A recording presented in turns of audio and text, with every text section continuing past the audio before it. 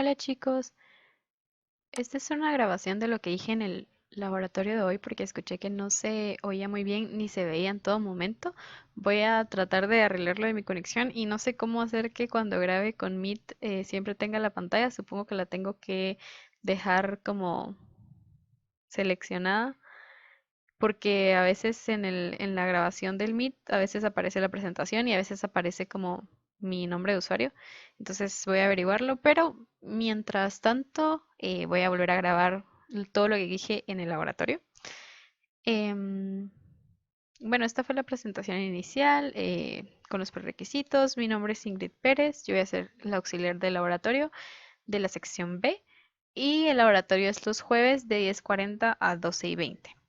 Aquí también mencioné que las personas que tengan algún tipo de traslape o algo así pueden asistir a otros laboratorios siempre y cuando ustedes estén pendientes de lo que hay que entregar en este laboratorio porque todas las tareas, cortos, prácticas y proyectos deben entregarlas acá. Y siempre voy a estar subiendo las grabaciones por si ustedes quieren ponerse al día de lo que vimos en el laboratorio.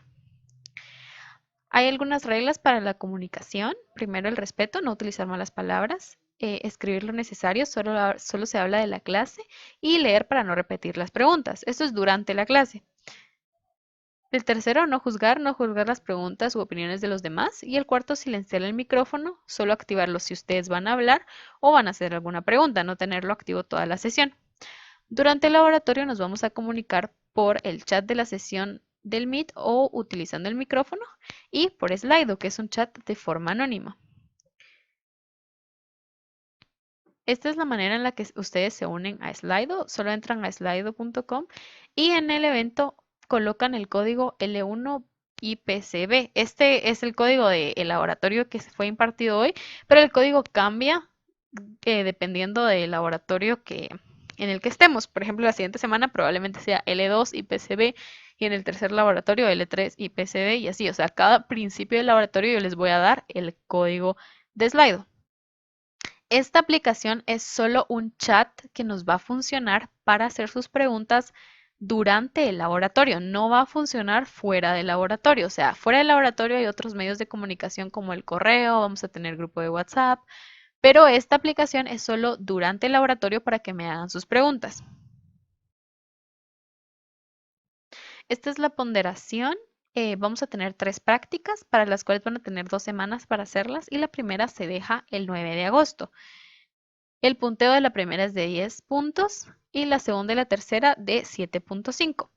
Luego vamos a tener una práctica presencial que ya les iré platicando sobre cómo va a ser la modalidad y qué vamos a hacer. Y esa vale 5 puntos y se realiza el 22 de octubre. El total de prácticas es 30 puntos. Luego tenemos los 2 proyectos. Uno se deja el 30 de agosto y el proyecto 2 el 4 de octubre y los dos valen 20 puntos. Luego vamos a tener 4 tareas de 2.5 puntos cada una y algunas tareas las vamos a realizar en fases para que sean entregables más pequeños, para que entreguen por lo menos de una tarea como tareitas más pequeñas. Entonces, en el laboratorio de hoy les dejé la primera tarea y más adelante se las voy a estar explicando. No sé si ya lo mencioné, cada una de las tareas vale 2.5 puntos. Luego vamos a tener 3 cortos y ahí están las fechas de los cortos en las que se van a realizar los cortos. El tercero dice corto 4, no sé por qué, me confundí, pero es el corto 3. Y el 31 de octubre vamos a tener un final que vale 10 puntos. Y en resumen, este sería la ponderación: 30 de prácticas, 40 de proyectos, 10 de tareas, 10 de cortos y 10 de examen final para un total de 100.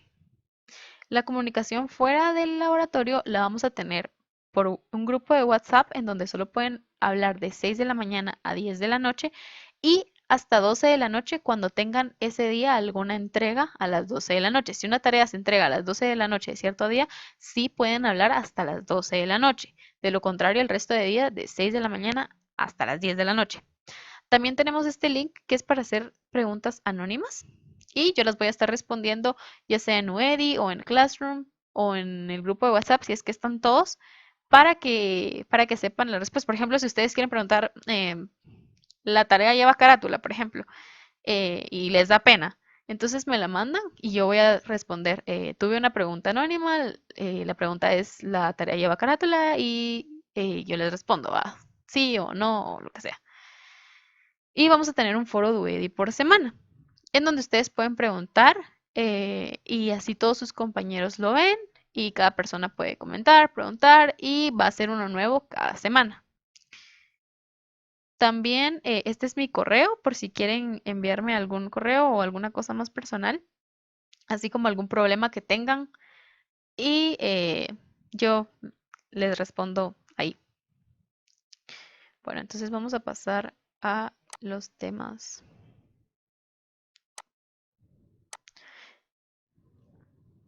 Este es el tema de hoy, fundamentos de la programación.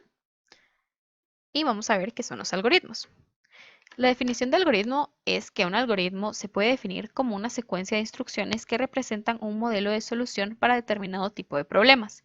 Acá puse varias definiciones, pero en síntesis, un algoritmo es una secuencia de pasos ordenados que tenemos que realizar para darle solución a un problema. Acá podemos ver otra definición, secuencia de pasos lógicos y ordenados con los cuales le damos solución a un problema determinado. Y también conjunto ordenado y finito de operaciones que plantea una solución a un problema determinado. La forma más fácil de explicar un algoritmo con la que todos estamos relacionados es una receta. Por ejemplo, esta receta de pay de limón.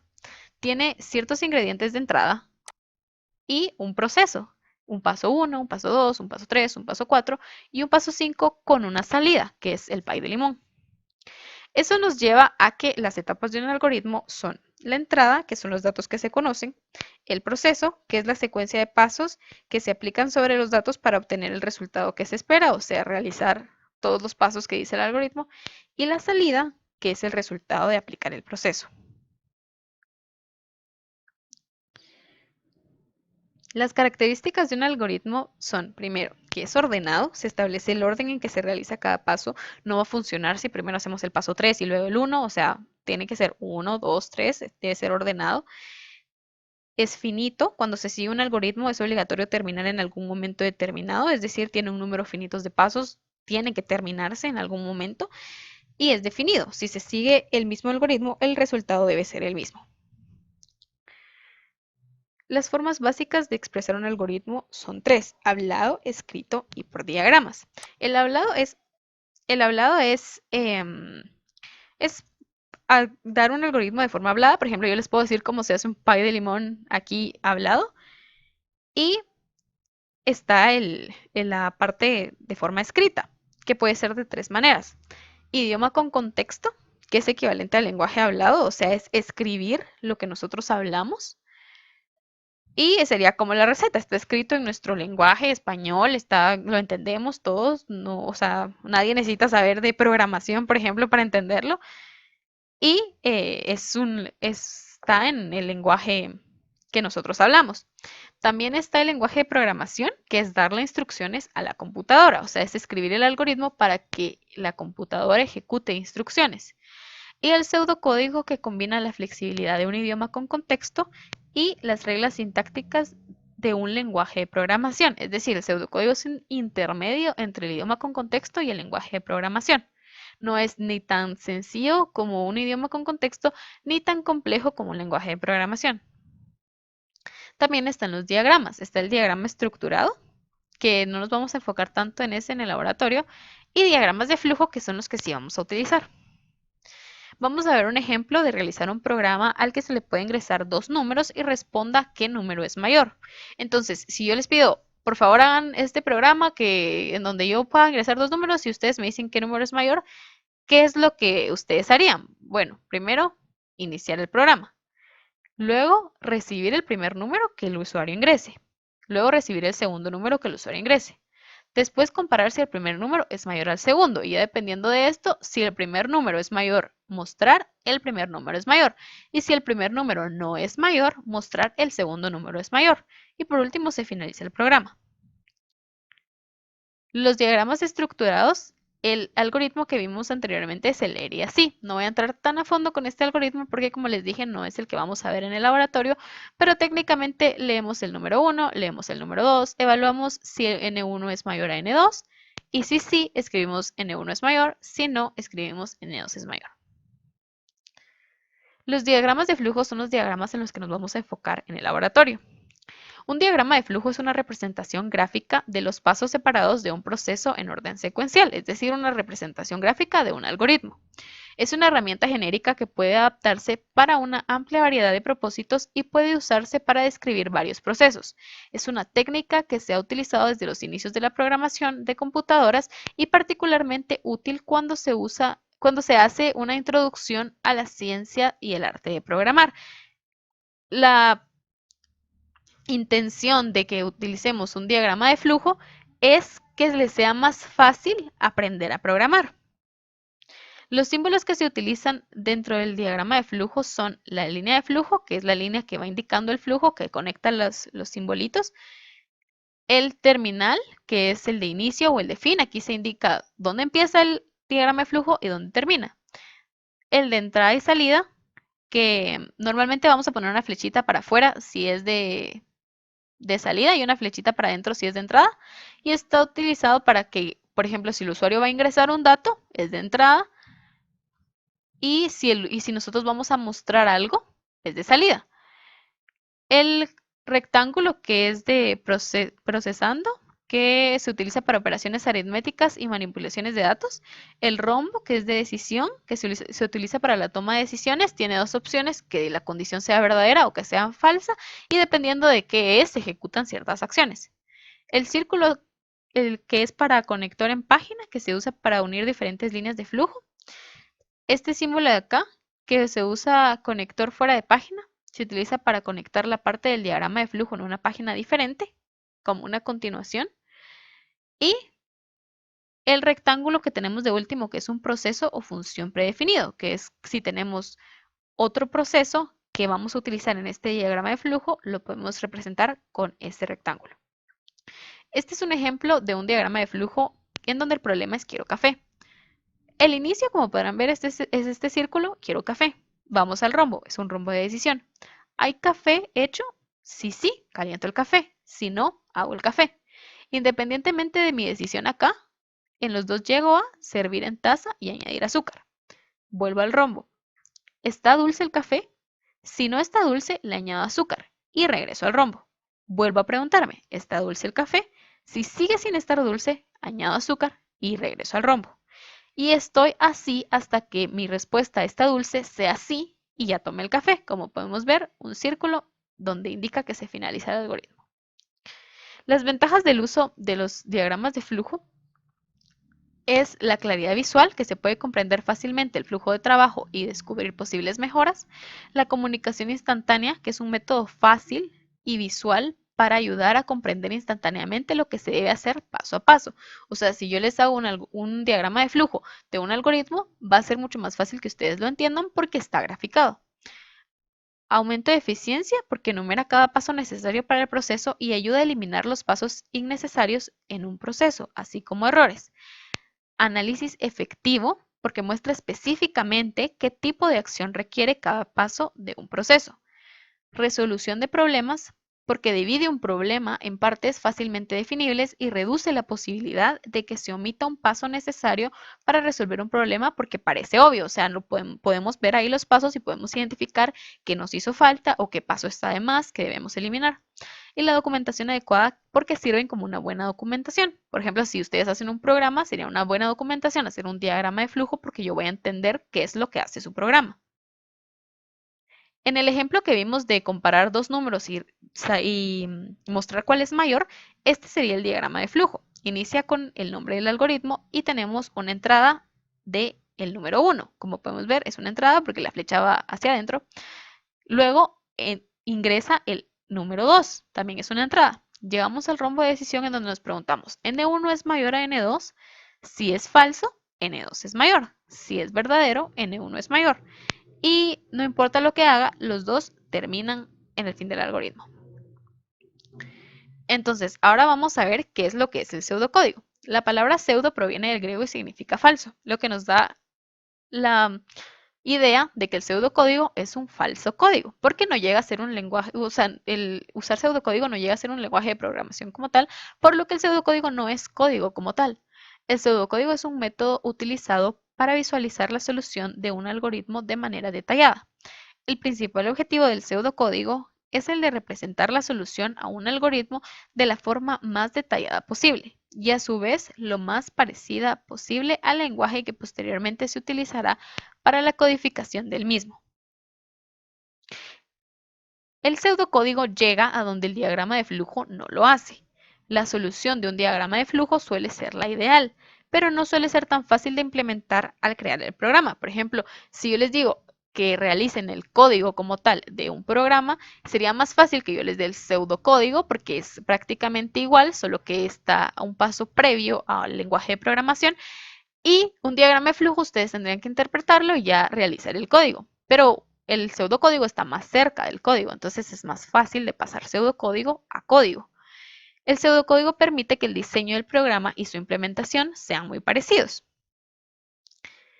Entonces, el pseudocódigo para el ejemplo que habíamos estado viendo sería así: inicia el algoritmo de comparación, luego lee N1, lee N2, si N1 es mayor a N2, entonces escribir N1 es mayor, si no, escribir N2 es mayor.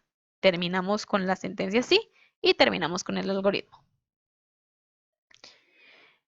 Dentro del pseudocódigo vamos a encontrar la necesidad de guardar información. Aquí dice, dentro de nuestros programas, aunque los escribamos en pseudocódigo, tendremos la necesidad de almacenar ciertos datos.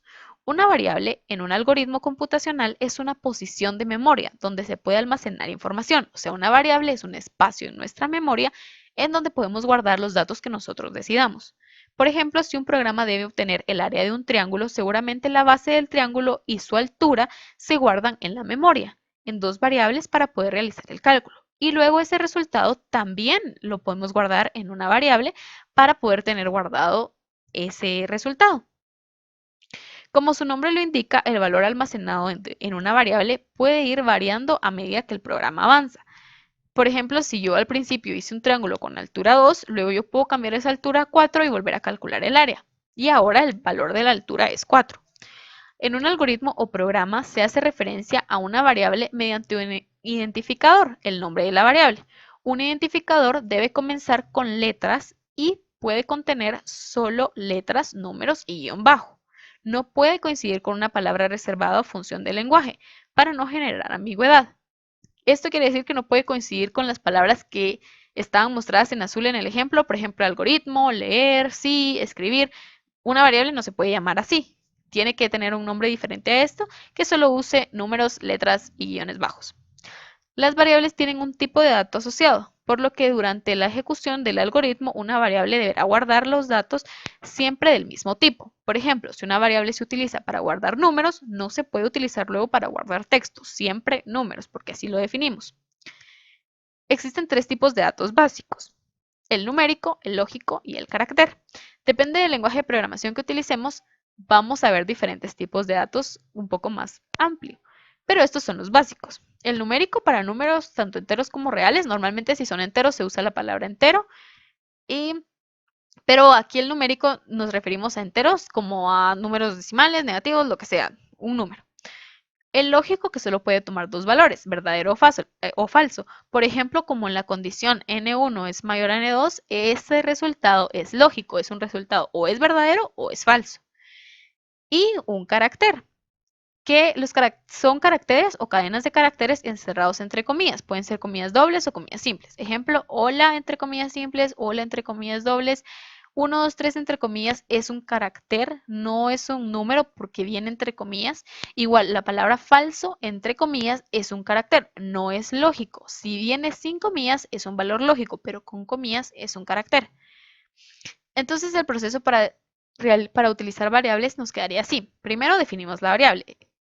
Si vemos las variables como unas cajitas en donde podemos guardar datos, este paso sería en el que creamos nuestra variable o nuestra cajita y la etiquetamos con el tipo de dato que le vamos a poner. Cuando lo definimos, tenemos que saber de qué tipo de dato queremos que sea esa variable. Luego le asignamos el valor. Esto es opcional, pero normalmente si estamos creando una variable, la creamos para asignarle un valor. Entonces acá ya guardamos dentro de esta cajita un valor que tiene que ser del tipo que le pusimos. Si yo puse entero, tiene que ser un número entero. Y por último, también opcional, accedemos a ese valor. Por ejemplo, si yo le puse a mi variable 1, cuando yo utilice variable 1, me saldrá el valor que yo guardé. Si yo guardé un 5, me va a salir un 5. ¿Cómo se hace la definición de variables en pseudocódigo? La instrucción definir permite explicitar el tipo de una o más variables. Una variable debe definirse antes de ser utilizada por primera vez. Así como se define acá en el ejemplo del lado derecho en la estructura, se define el identificador, o sea, variable 1, y de qué tipo es. Variable 1 es numérico, variable 2 es carácter, variable 3 es lógico.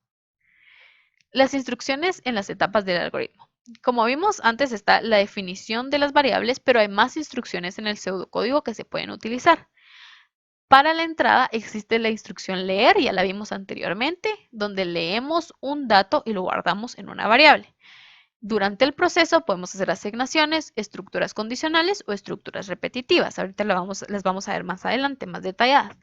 Y en la salida, donde utilizamos escribir para que se le muestre al usuario cierto texto, cierto valor, pero que salga de nuestro programa hacia el usuario. La función leer es la función de entrada que toma un valor desde el ambiente, en este caso desde el teclado del usuario, y lo asigna a una variable en específico. Esto que vemos acá es su forma de representación en el diagrama de flujo, lo cual ya lo habíamos visto, con la flechita hacia adentro.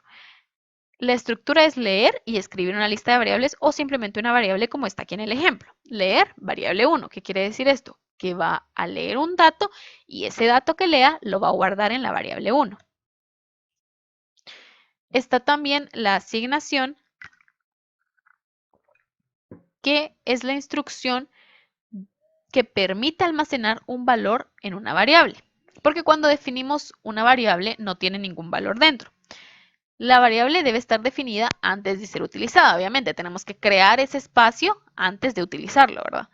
Esta es la forma en la que se hace en el diagrama de flujo y la estructura es variable menor que guión expresión. Esto también puede ser sustituido por un igual, es lo mismo. Entonces acá, por ejemplo, en el ejemplo vemos variable 1, le introduzco un 8. Entonces ahora la variable 1 es un 8. Y ya cuando yo utilice la palabra variable 1, a lo que me estoy refiriendo es a ese 8. El si entonces, que es una instrucción que evalúa la condición y se ejecutan las instrucciones que están después del entonces, o sea, estas acciones, si la expresión es verdadera, y estas acciones si la expresión es falsa. Es el rombo de decisión en el diagrama de flujo, tal y como lo vemos acá, es una expresión, la evaluamos si es verdadera, vamos a acciones en A, si es falsa, vamos a acciones en B, y independientemente de que ejecutemos, después termina y sigue con la siguiente instrucción. Acá colocamos sí, una expresión lógica, o sea, una condición. Entonces, y colocamos las expresiones que se van a ejecutar si esta condición es verdadera. Si no, y colocamos las acciones que se van a ejecutar si esta condición es falsa.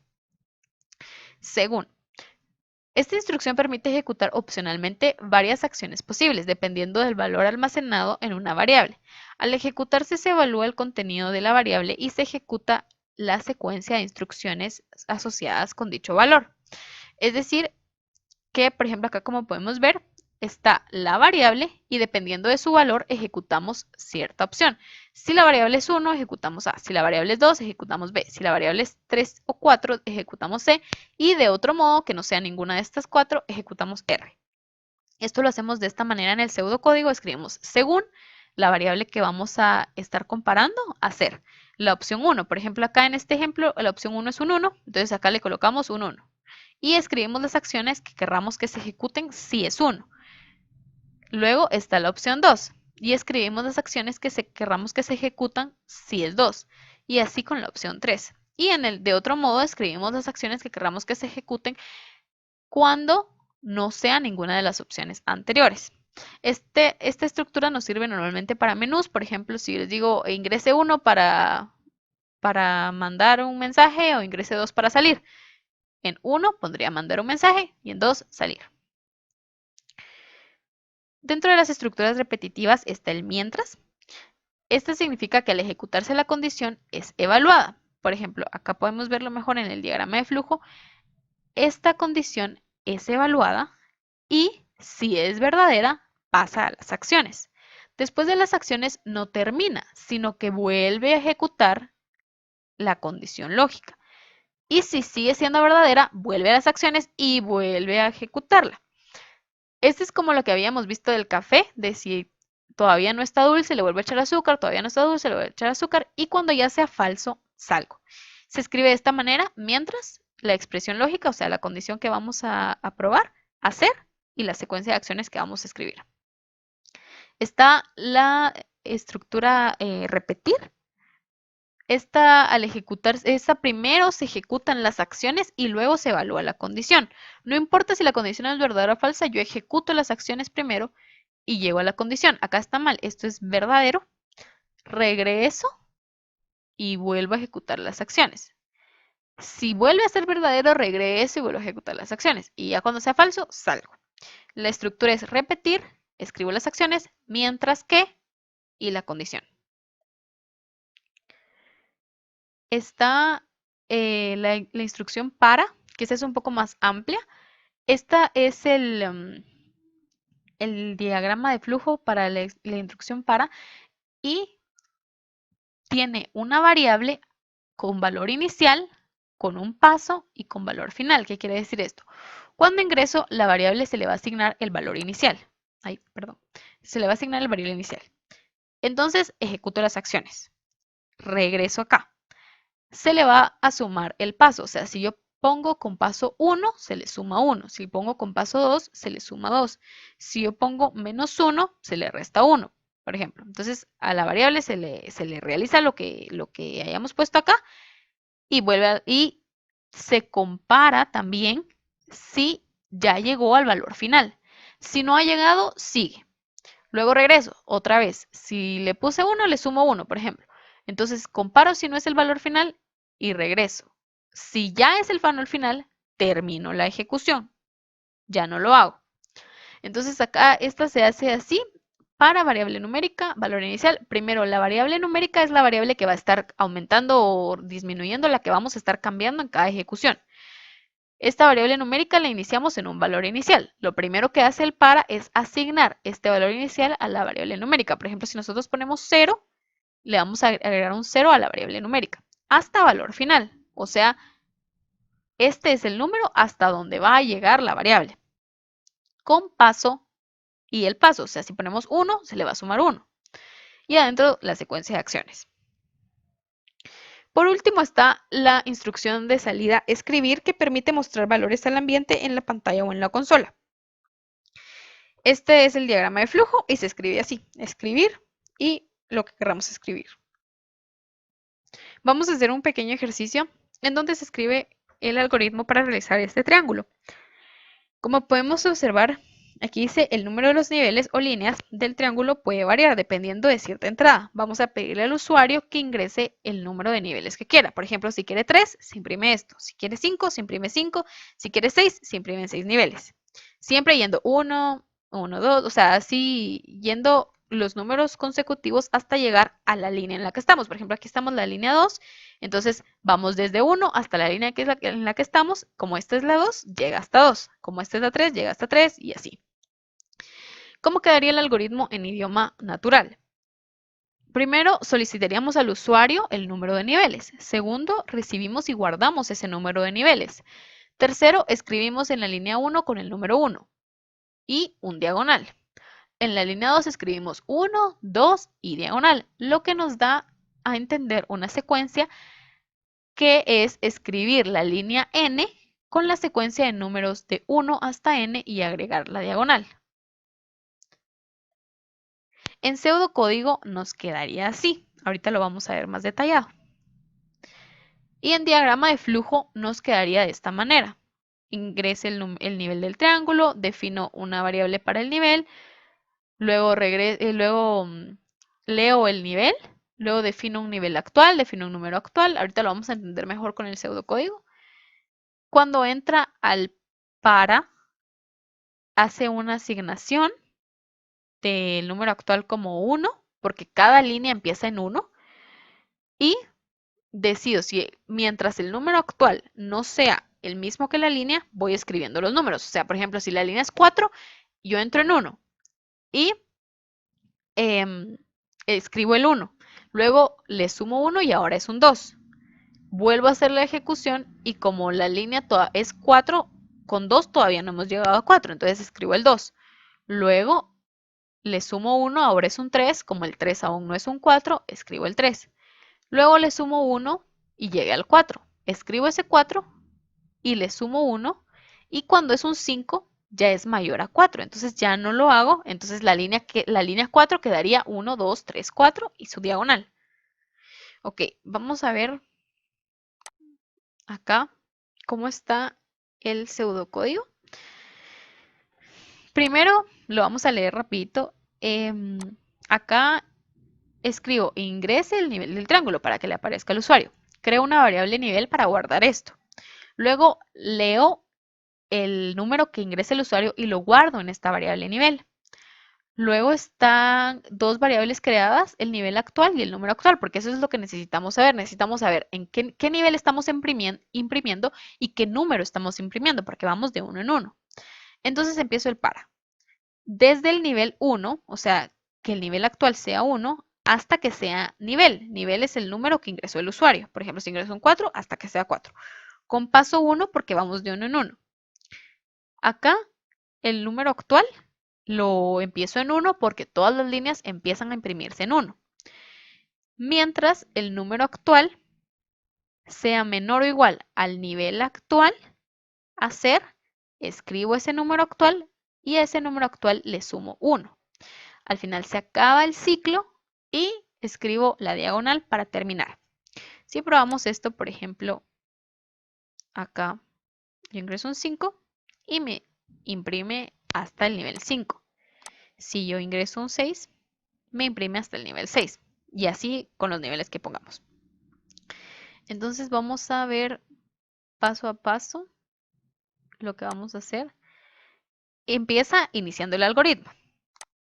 Luego en la instrucción escribir, escribe, ingresa el nivel del triángulo. Acá está la consola en donde está saliendo lo que nuestro usuario va a ver.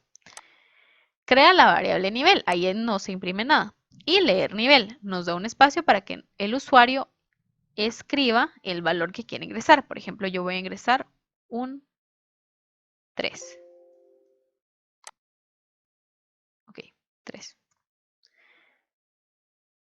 Ya que leyó, creo una variable nivel actual y creo una variable número actual. Luego llega el para. Como podemos ingresar, como podemos ver acá,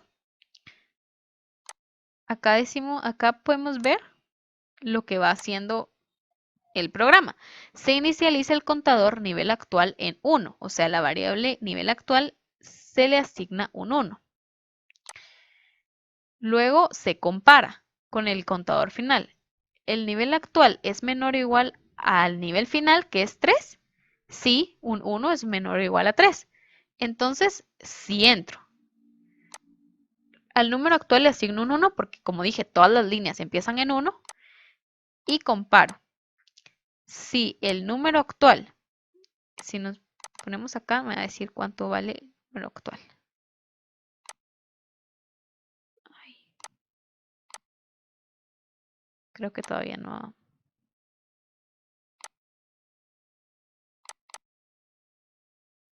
Bueno, no sé por qué no sale.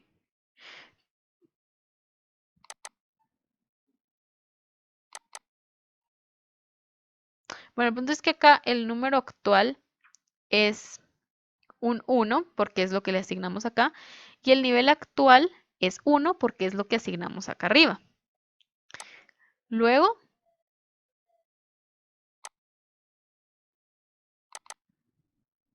no sé por qué no salen los números, pero bueno. Luego escribimos el número actual. Ya vimos que nos escribió un 1 acá. Y avanzamos 1. Al número actual le sumamos 1. Eso quiere decir que el resultado es 2.